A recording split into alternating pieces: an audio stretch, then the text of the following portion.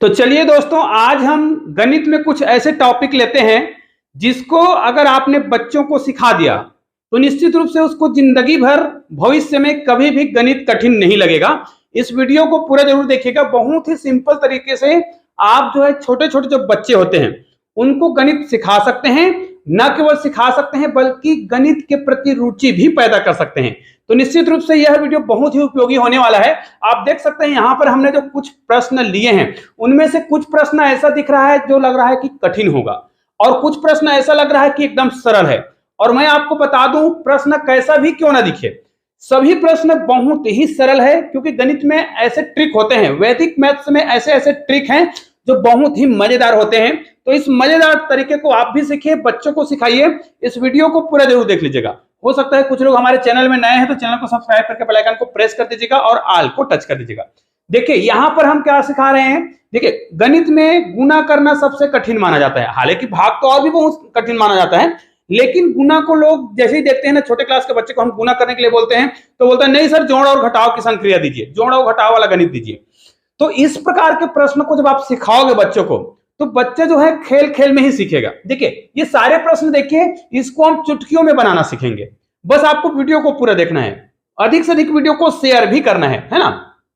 चलिए हम शुरुआत करते हैं सरल, क्योंकि सरल से कठिन की ओर जाया जाता है, ये तो आप सभी जानते हैं, ठीक है। क्योंकि हम जब किसी को सरल चीज सिखाते हैं ना तो वो बहुत आसानी से सीखता है। तो इस प्रश्न को ध्यान से देखिए। इस प्रश्न का ट्रिक ये भी है, देखिए हम गुना तो बहुत सारा सिखाएंगे, लेकिन भाई कुछ ऐसे ट्रिक बच्चों को जब हम सिखाएंगे जिनसे उनको लगे कि इसमें तो कोई ना कोई पैटर्न लागू हो रहा है। तो बच्चे को जब आप पूछोगे ना कि भाई बताओ इसमें आपको कौन सा पैटर्न दिखाई दे रहा है, तो वो ज्यादा पैटर्न तो नहीं ढूंढेगा, केवल इतना ढूंढ लेगा कि सर सभी प्रश्न में हमें एक ही चीज नजर आ रहा है, सबके जो यूनिट डिजिट है, इकाई है, वहां पे एक है। और ये ट्रिक इसी पर काम करेगा। ध्यान दीजिए, जिन दो संख्याओं का गुना किया जा रहा है उन संख्याओं को आप देख सकते हैं सभी के इकाई में एक है। तो इस ट्रिक का प्रयोग आप बहुत आसानी से कर सकते हैं। कैसे करेंगे, शुरुआत यहां से करते हैं। अब कैसे होता है वही मैं बताऊंगा।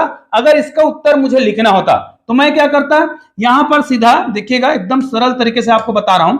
सबसे पहले मैं यहां पर एक ही लिख देता, उसके बाद इन दोनों को जोड़कर लिख देता, ठीक है। उसके बाद इन दोनों को गुना कर देता, 5 और 2 गुना करेंगे, 5 दूनी 10, और आपका आंसर हो गया। कैसे आया इस वीडियो में पूरा बताने वाला हूं, ध्यान दीजिएगा।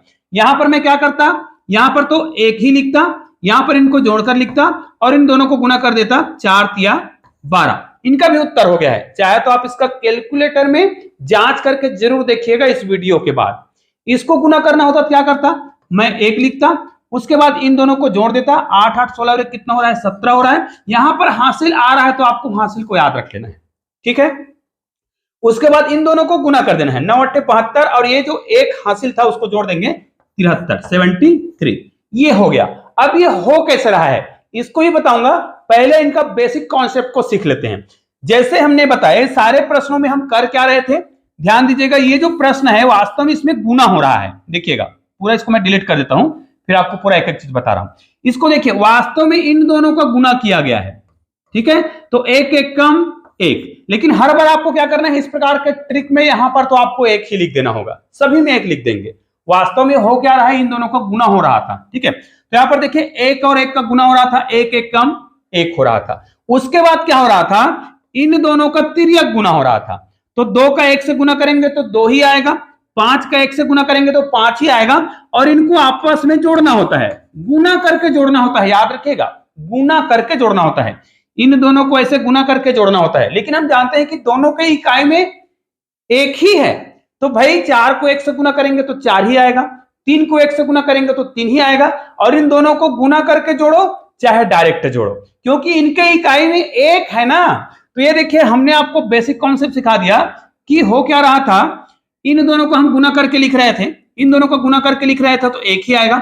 इन दोनों को हम गुना करके जोड़ रहे थे, तो चूंकि दोनों के इकाई में एक है तो गुना करने की आवश्यकता नहीं है, डायरेक्ट हम क्या कर रहे थे, इनको इनसे जोड़ दे रहे थे। 5 और 2 कितना हो रहा था, 7। उसके बाद क्या कर रहे थे, इन दोनों को गुना कर रहे थे। तो ये वैदिक मैथ्स है, वैदिक मैथ्स के अंतर्गत आपको गुना करना सिखाया जाता है।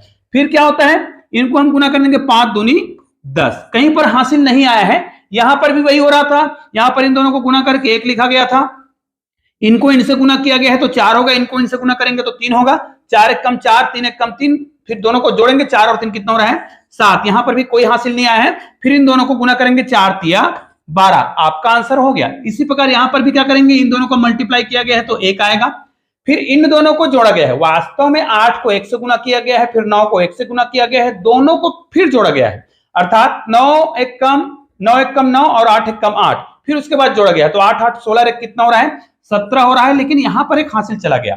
फिर क्या करेंगे, इन दोनों को गुना करेंगे, 9 8 72, हासिल करके कितना हो रहा है 73, तो ये हो गया। लेकिन भाई हम क्या करें, जब किसी एक संख्या को 3 डिजिट का दे दे, यहां पर देखिए 3 डिजिट दे दिए, यहां पर तो फिर से सरल है, चलो हम पहले कर देते हैं। ये क्या हो जाएगा, 1 का 1 से गुना करेंगे तो 1 ही होगा, इसलिए यहां पर गुना करने की बात नहीं, डायरेक्ट 1 को लिखने के लिए बात कहा जाता है, ठीक है। अब 6 और 5 कितना होगा, 6 और 5, 6 5 11 होगा, यहां पर हासिल 1 चला गया है, याद रखना। फिर 6 5 30, हासिल 1 को जोड़ेंगे तो कितना हो जाएगा 31। अब इतने जो उत्तर मैंने बताए हैं उनको आप चाहे तो कैलकुलेटर का उपयोग करके जांच करके जरूर देख लीजिएगा, बहुत ही इजी है, बहुत ही सरल है, करके जरूर देख लीजिएगा। अब देखिए इस प्रश्न को आते हैं, इस प्रश्न में याद रखिए, इस प्रकार के प्रश्न को मैं तो बहुत आसानी से बना दूंगा, इनको मैं लिखूंगा 1, ठीक है। फिर यहां पर क्या करूंगा, ध्यान दीजिएगा, मैं जो तरीका बता रहा हूं वो बहुत ज्यादा सरल है, ठीक है। आपको इसको 3 डिजिट मान करके हल करने की आवश्यकता नहीं है। ऊपर जो 3 डिजिट के अंक आपको दिखाई दे रहे हैं, संख्या दिखाई दे रहा है, 121 दिखाई दे रहा है, इनको 2 डिजिट मान लेना है। 2 डिजिट कैसे मानेंगे बता रहा हूं। इसको आप 3 अंकों की संख्या मत मानो, ये 3 अंकों की संख्या को ऐड करो, इसको हम क्या मानेंगे 12 मानेंगे, ठीक है। अब क्या करेंगे, 12 में 7 को जोड़ेंगे तो 12 7 कितना होगा 19, हासिल 1 चला गया। अब इतने को तो हम एक बार इसको जोड़े हैं तो 12 गुणित 7 करेंगे, 12 7 84, 12 7 84 में 1 जोड़ेंगे कितना हो जाएगा 85 हो जाएगा। और दोस्तों ये बिल्कुल परफेक्ट आंसर है, एकदम सही तरीका है। यदि आपको कोई इस प्रकार एक साइड 3 अंकों की संख्या दे दे और एक साइड केवल 2 अंकों की संख्या है तो आप क्या करिए, क्योंकि यहां पर अगर ये 2 अंकों की संख्या है तो इधर क्या होगा 1 से लेकर 9 तक के अंकों का उपयोग होगा, जिसका टेबल हम यहां क्या कर सकते हैं, पढ़ सकते हैं। यहां पर आ जाते हैं, इनको हम लिखते हैं, यहां पर 1 होगा। फिर क्या करेंगे, हमने बताया है कि इनको आपको एक साथ मानना है 19, फिर 19 में आपको 3 जोड़ना है, कितना हो जाएगा 22 होगा। 22 का यहां पर हम 2 लिखेंगे और यहां पर हासिल में 2 फिर से चला गया। फिर 19 गुणित 3 करेंगे, 19 या 57, और 57 में आपको 2 जोड़ देना है तो 57 58 और 59, ये लो। और ये सब आंसर आपका बिल्कुल परफेक्ट है। तो मैंने पूरा बेसिक तरीका बता दिया है।